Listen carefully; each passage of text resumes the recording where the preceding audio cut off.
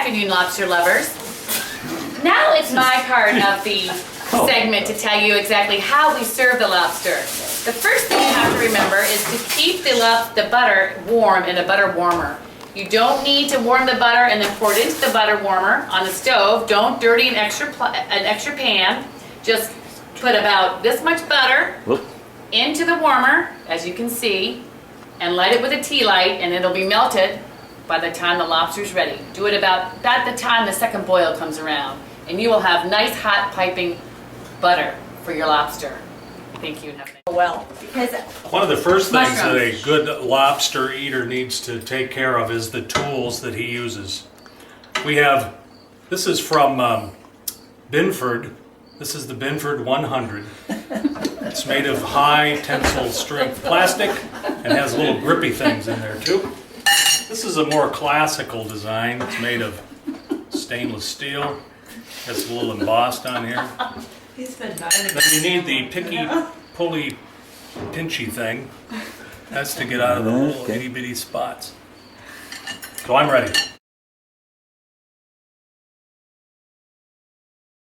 We're going to start eating our lobster by taking off the little claws. A lot of people ignore these little legs. You just really have to chew and suck the meat out of the little legs.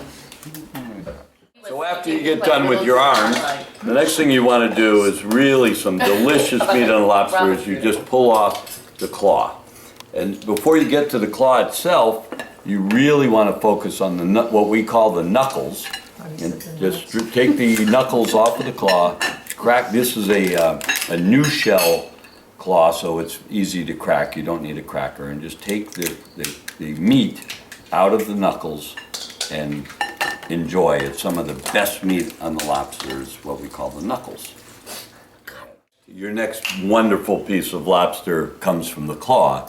You start by taking the small little arm off the claw, and then in a hard shell, especially in a soft shell, you might be able to break the main body of the claw with your hands, but in a hard shell, you will want to use the cracker. Crack the claw and extract. Beautiful claw meat. It's one of the most delicious pieces of lobster. The next thing we're going to approach here is probably the highlight of a lobster eater's experience is the tail. Some people would argue that they love the claw, but tails are mostly considered the highlight of the experience. So you remove the tail by simply pulling back and separating the body from the tail. Once you've done that, the next step is to remove the back fins by just pulling them backwards. Now don't ignore the fact that there's some nice little tender meat inside these little back fins. So you just pull them out, either the meat comes out with it or you just nibble it down.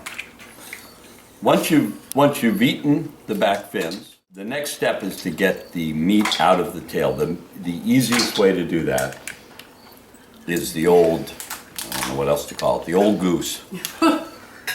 From the end of the tail, you simply insert your finger and push, and out comes the beautiful piece of lobster tail.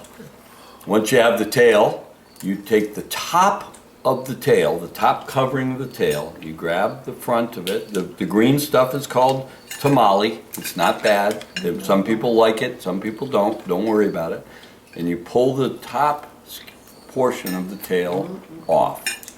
What that'll do is reveal a small digestive line, which you, I didn't know what to call that, but you just remove the digestive line. It won't hurt you, but it makes the experience a little more, pleasant, palatable.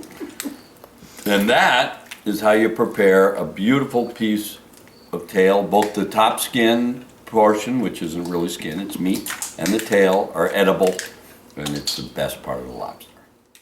From the Pilot House, we want to wish you a wonderful summer and a great time, and enjoy your lobster.